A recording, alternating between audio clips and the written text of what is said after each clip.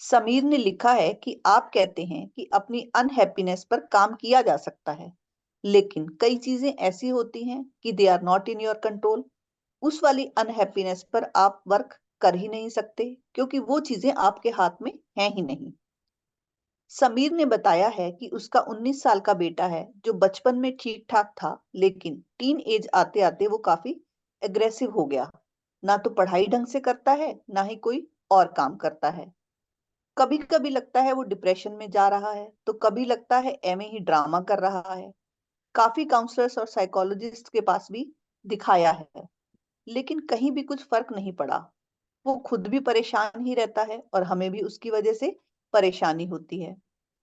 अब ऐसे में हम पेरेंट्स अपनी इस अनहैप्पीनेस पर क्या काम कर सकते हैं? कुछ भी तो हमारे कंट्रोल में नहीं है। हेलो एवरीवन, मैं सुमिता श्रीतारा स्कूल ऑफ वेलबींग से। सबसे पहले मैं आपको ये बताना चाहूंगी कि प्रश्न पूछने वाले की प्रिवेसी के कारणों से नाम और स्थान बदल दिया गया है। समीर के इस प्रश्न का उत्तर देने के लिए मेरे साथ हैं श्रीतारा की फाउंडर और relationship expert Shanti Pahwa, retired associate professor, Delhi university. Over to Shanti ma'am. हाँ सुमिता। वैसे तो बच्चे की पेरेंटिंग पर ना शुरू से काम करने की जरूरत होती है, लेकिन ऐसा भी नहीं है कि तब नहीं किया तो अब कुछ भी नहीं किया जा सकता। कहते हैं ना, जब जागो तभी सवेरा। अगर तुम्हारा बच्चा किसी मेंटल इलनेस से गुजर रहा है तो देखना यह है कि एज अ पेरेंट तुम क्या कर सकते हो। या फिर एज सच मेंटल इलनेस की स्टेज भी नहीं है, बस लगता है कि वो जो कर रहा है ना सही नहीं है। वो तुम्हारी बात मानना तो दूर, सुनता ही नहीं है। और वो एडल्ट है या जस्ट अभी एडल्ट हुआ है, यानी 19-20 साल का बच्चा है, तो उसे कैसे डील किया जाए ये सीखा जा सकता है। ऐसा नहीं है कि वो तुम्हारा कहना मानने लगे या तुम्हारे हिसाब से चलने लगे तभी तुम आराम में आ सकते हो। अगर तुम्हारा आराम इन बातों पर डिपेंड करने लगे तो तुम कभी भी आराम में आ नहीं सकते। आज तुम्हारा आराम इस पर डिपेंड कर रहा है तो कल किसी और बात पर डिपेंड करेगा। फिर तो तुम्हारा मन कभी भी आराम में आ ही नहीं सकता। फिर बुद्ध की ये बात कि जीवन में दुख है, दुखों के कारण है, कारणों के निवारण है, और ऐसी भी स्थिति है कि दुख ना हो, का कोई मतलब ही नहीं है। फिर तो हमारा काम ही बोगस है, क्योंकि हम कहते हैं कि हर इंसान चाहे तो मन का आराम पा सकता है। लेकिन जो समीर ने पूछा है कि जब बच्चे बात सुने भी ना और फिर उसको माने भी ना, तो आखिर पेरेंट्स कर भी क्या सकते हैं? इसके लिए आप क्या कहेंगी? देखिए सुमिता, ऐसे केसेस में पेरेंट्स अपने बच्चे को कैसे डील करें इसे सीखा जा सकता है, लेकिन ये तुरंत नहीं होता। ओवरनाइट इस काम को नहीं किया जा सकता, लेकिन ये समझना कोई मुश्किल भी नहीं है। समझकर पेरेंट्स अपने रोल को ठीक से निभा सकते हैं बस। उसके बाद वो बच्चा क्या करता है उसके परिणाम वही भुगतेगा।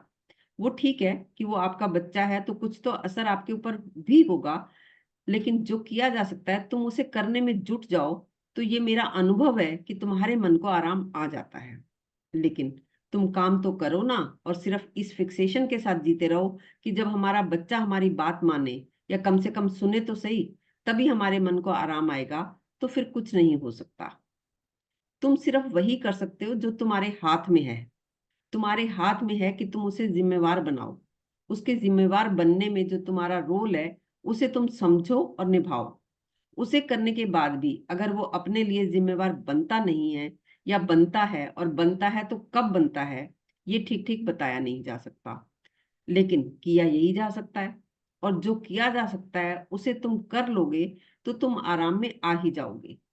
तुम्हें दिखेगा कि जो किया जा सकता है कर लिया, और कुछ किया नहीं जा सकता।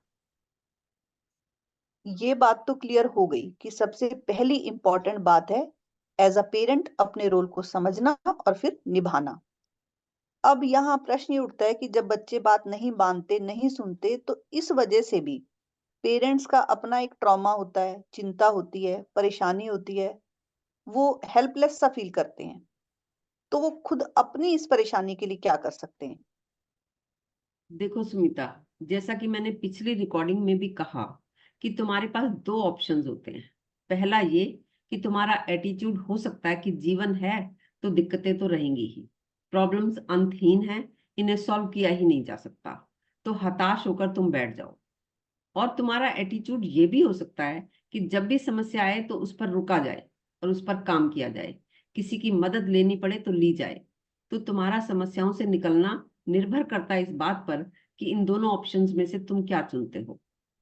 अगर कोई खुद ही अपनी दिक्कतों से, अपनी परेशानियों से नहीं निकलना चाहता, तो कोई और उसे निकाल नहीं सकता। फिर चाहे वो 19 साल का बेटा हो या 19 साल के बेटे का पिता हो, किसी के पास ऐसा कोई तरीका नहीं है कि कोई समझना ना चाहे फिर भी उसे समझा दिया जाए। कोई गिटार ना सीखना चाहे, हम उसे गिटार सिखा दें, ये असंभव है। कोई तैरना ना सीखना चाहे और हम उसे तैरना सिखा दें, ये हो नहीं सकता। अब जैसे समीर का एडल्ट बेटा है, वो नहीं समझना चाहता तो उसे डील तो किया जा सकता है, लेकिन कोई भी उसे समझा नहीं सकता। ऐसे ही अगर समीर खुद भी ये सोचकर बैठ जाए कि इस समस्या को तो सॉल्व किया ही नहीं जा सकता, तो मुझे तो किसी से कुछ पूछना ही नहीं है, कुछ करना ही नहीं है, तो फिर कोई भी समीर को भी कुछ नहीं समझा सकता। लेकिन जैसे समीर तो पूछ ही रहा है, तो उसे तो बताया ही जा सकता है। और फिर समीर ने बताया ही है कि काउंसलर और साइकोलॉजिस्ट को दिखाया ही गया है, कुछ फायदा नहीं हुआ। देखो सुमिता, अगर तुम्हारे बच्चे की टांग में फ्रैक्चर हो जाता है और एक डॉक्टर उसको ठीक से इलाज नहीं कर पाता, तो तुम दूसरे के पास भागते ही हो, और दूसरे से ठीक ना हो तो तीसरे के पास। पर तब तक चैन से नहीं बैठते जब तक वो ठीक हो ही ना जाए। ऐसे ही तुम अपने बच्चे की मेंटल इलनेस के लिए भी तो कर ही सकते हो। कम से कम जब तक वो एडल्ट नहीं हुआ तब तक तो कर ही सकते हो। और फिर किसी का पूछना एक बात है, पूछने के बाद उसे जो बताया जाए, जो करने को कहा जाए, वो करना दूसरी बात है। अब क्योंकि समीर ने पूछा है तो उसे बताया जा सकता है कि वो अपने बेटे को कैसे डील करे। अगर समीर समझना चाहे तो उसे बताया जा सकता है कि वो अपने बेटे को कुछ बता सकता है या नहीं बता सकता, और अगर बता सकता है तो कैसे बता सकता है। देखो, अगर बेटा फाइनेंशियली भी इंडिपेंडेंट है और किसी काम के लिए भी आप पर डिपेंड नहीं करता, तो आप उसे कुछ भी नहीं कह सकते। हाँ, अगर वो किसी भी तरह से तुम्हारे ऊपर डिपेंडेंट है, तो तुम उससे कह सकते हो कि तुम्हें हम तभी सपोर्ट करेंगे अगर तुम ये काम ऐसे ऐसे करोगे तो। पर इस कहने से पहले बहुत कुछ है जो समझना होता है, और ये एक दिन में नहीं होता, मगर एक दिन जरूर होता है। और बिना समझे ये तुमसे नहीं हो पाएगा। तुम्हें ऐसा कहना उचित ही नहीं लगेगा। तुम उसे कह ही नहीं पाओगे ये सब। तुम तो उसे जो कहोगे अपनी समझ से कहोगे, और समझ टोटेलिटी में होती है। क्योंकि तुम ये कह भी दो तो भी वो वो भी तो कुछ कहेगा, या फिर क्रॉस क्वेश्चन करेगा, या फिर कहेगा कुछ भी नहीं, पर वही वही करता रहेगा जो वो कर रहा था। फिर तुम अपनी समझ पर लौट आओगे। तो उसको जिम्मेवार बनाना पहला काम है, और उसे जिम्मेवार बनाने के लिए तुम उसे बताओगे क्या, बता क्या सकते हो, ये तुम अभी नहीं जानते। अभी तो तुम ये भी नहीं देखते कि हर कोई अपने दुख का आप जिम्मेवार है। अभी तो तुम अपने दुखों के लिए कभी अपने स्पाउस को, तो कभी अपने बच्चों को जिम्मेवार देखते हो, और वो तुम्हें जिम्मेवार देखते हैं। तो ये बात कि सभी अपने दुख के लिए आप जिम्मेवार हैं, तुम उसको तभी समझा सकते हो जब तुम अपने दुखों के लिए खुद को जिम्मेवार देख लो। दुख के कारण तो ना तुम्हें पता है ना उसे पता है। हाँ, तुम बस ये चाहते हो कि जैसे जैसे तुम कहो वो वैसा वैसा करता जाए, और चाहता वो भी ऐसा ही है कि मैं जो चाहता हूं मुझे वैसा वैसा करने दिया जाए। तो जितनी उपाय की जरूरत उसे है, उतनी ही तुम्हें भी है। रत्ती भर भी फर्क नहीं है। ना समझी ये है कि तुम उसे समझाते हो, वो तुम्हें समझाता है। तुम उसका सीधा सीधा कोई फायदा कर सको ये असंभव है। सबसे पहले अपना फायदा करो। तुम्हें दिखेगा कि जिस डायरेक्शन में तुम्हारा फायदा है उसी डायरेक्शन में बेटे का भी फायदा है। शुरुआत यहीं से हो सकती है कि तुम अपने दुख की जिम्मेवारी लो और दुख के कारणों को जानो। तुम्हारा मन तब तक आराम में नहीं आ सकता जब तक तुम ये ना देख लो कि अपने दुख के लिए केवल तुम ही जिम्मेवार हो, और पहले तुम अपने मन के लिए ही काम कर सकते हो, उसके बाद ही किसी और के लिए कुछ कर सकते हो। आपका मतलब है कि समीर के बेटे को तो जरूरत है ही अपनी मेंटल हेल्थ पर काम करने की। उसके साथ साथ समीर को भी अपनी मेंटल हेल्थ पर काम करना होगा, ताकि वो अपने बेटे की प्रॉब्लम से खुद परेशान ना होकर जो कर सकता है करे और अपने बेटे को भी डील कर सके।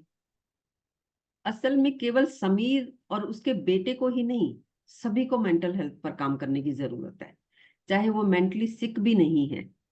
इस बात को 1948 में एक भारतीय साइकेट्रिस्ट गोविंद स्वामी ने काफी अच्छी तरह से क्लियर किया है। उनका कहना है कि 3 तरह के लोगों को अपनी मेंटल हेल्थ पर काम करना चाहिए। सबसे पहले तो वो आते हैं जो मानसिक रूप से बीमार हैं, यानी जिनकी फंक्शनैलिटी ही रुक गई है। इन लोगों को अपनी मेंटल हेल्थ को रीस्टोर करने के लिए अपनी मेंटल हेल्थ पर काम करना होता है। और दूसरे नंबर पर वो लोग आते हैं जो मानसिक रूप से स्वस्थ हैं, यानी अभी तो वो फंक्शनल हैं, परंतु यदि उन्हें ऐसी परिस्थितियों से ना बचाया गया जो कि उन्हें मानसिक रूप से बीमार कर सकती हैं, तो वो भी मेंटली सिक हो सकते हैं। यानी जो लोग भावनात्मक रूप से कमजोर हैं, जो डरे डरे रहते हैं, ऐसे व्यक्तियों के लिए अपना बचाव करने यानी प्रिवेंशन के लिए जरूरी होता है कि ये लोग अपनी मेंटल हेल्थ पर काम करें। तीसरी तरह के लोग वो हैं जो ना तो बीमार हैं ना कमजोर हैं, उन्हें अपनी मेंटल हेल्थ की ग्रोथ के लिए काम करना होता है। इन्हीं लोगों के द्वारा ही हमारा समाज सुरक्षित, स्नेहपूर्ण तथा संतुष्टिदायक समाज बन सकेगा। ऐसे लोग ही हर स्तर पर सुरक्षा तथा विकास कार्य को अंजाम दे पाते हैं। सही कहा आपने। अपनी मेंटल हेल्थ पर काम करना हर इंडिविजुअल की अपने प्रति ड्यूटी तो है ही, पर इस काम को एक सोशल रिस्पॉन्सिबिलिटी की तरह भी देखा जा सकता है। क्योंकि जितने ज्यादा लोग अपनी मेंटल हेल्थ पर काम करेंगे, समाज उतना ही स्वस्थ होगा और परिणाम स्वरूप समाज में घृणा युक्त तनावों में कमी हो सकती है। बिल्कुल। और अगर तुम अपनी मेंटल हेल्थ पर काम नहीं करते तो जाना नहीं जा सकता कि कब किसकी मेंटल हेल्थ इतनी खराब हो जाए कि उसकी फंक्शनैलिटी ही रुक जाए, यानी तुम हर वक्त पागल हो जाने के किनारे पर खड़े हो। इसे समझने के लिए मैं तुम्हें एक घटना बताती हूँ। विलियम जेम्स नाम का एक बहुत बड़ा साइंटिस्ट एक बार एक पागल खाने को बड़ी प्रसन्नता से, बड़ा उत्सुक होकर विजिट करने गया। वहां उसने तरह तरह के पागल देखे और वहां से लौटा तो एकदम उदास होकर लौटा। उस रात वो सो नहीं पाया। दूसरे दिन उसके दोस्तों ने उसकी उदासी का कारण पूछा तो विलियम जेम्स ने कहा कि अब शायद मैं जीवन में कभी प्रसन्न ना हो सकूं। मित्रों ने पूछा क्यों, ऐसा क्या देख लिया तुमने उस पागल खाने में? तो विलियम जेम्स ने कहा कि उन पागलों को देखकर एक बात जो मेरे ख्याल में आई वो ये थी कि मेरे भीतर भी तो यही सब चल रहा है, तो मैं कितने दिन इसको संभाले रखूंगा। और जब ये मेरे मित्र ही नहीं संभाल पाए और किसी दिन इनका बांध टूट गया और जो इनके भीतर था वो बाहर आ गया, तो किसी दिन ये मेरे साथ भी तो घट ही सकता है। जब इनके साथ घट गया है तो मेरे साथ क्यों नहीं घट सकता? तो मैं घबरा गया हूं कि मैं भी कभी भी पागल हो सकता हूँ, क्योंकि जो उनके बाहर दिखाई पड़ रहा है वो मेरे भीतर भी मौजूद है। इसलिए मैं बहुत डरा हुआ हूं कि कहीं मैं भी पागल ना हो जाऊं। तो यही वास्तविकता है कि अगर आप अपनी मेंटल हेल्थ पर काम नहीं करते तो आपकी जिंदगी बस पागलपन के किनारे पर खड़े खड़े कटती है। मैं आपकी बात से रिलेट कर सकती हूँ। कितनी बार जीवन में ऐसी ऐसी परेशानियां, ऐसे दुख आ जाते हैं कि लगता है कि कहीं इस दुख से पागल ही ना हो जाएं, और पता नहीं कब किसके जीवन में कौन सी समस्या आ जाए। क्योंकि ये एक वास्तविकता है कि समस्याएं सभी के जीवन में आती ही हैं। अगर आपकी लाइफ में ऐसी ही रिलेशनशिप और इमोशनल दिक्कतें हैं जिनको दूर किया जा सकता है, फिर भी आप उन पर काम नहीं करते, तो यही दिक्कतें पहले तुम्हारे मन को अफेक्ट करती हैं और उसके बाद तुम्हारे शरीर पर भी इनका असर होता ही है। इसलिए अपनी समस्याओं पर काम करना ही अपनी फिजिकल हेल्थ, अपनी मेंटल हेल्थ पर काम करना है। अब मैं हर बार की तरह यही कहूंगी, अगर आपके मन में कोई प्रश्न हो या कोई और कंफ्यूजन हो, कोई डाउट हो जिस पर आप क्लैरिटी चाहते हैं, तो आप हमें स्क्रीन पर चल रहे नंबर पर व्हाट्सएप कर सकते हैं या कमेंट बॉक्स में लिखकर भी पूछ सकते हैं। आपका हर प्रश्न, आपका हर कमेंट हमारे लिए मैटर करता है। थैंक यू सो मच हमें अंत तक सुनने के लिए।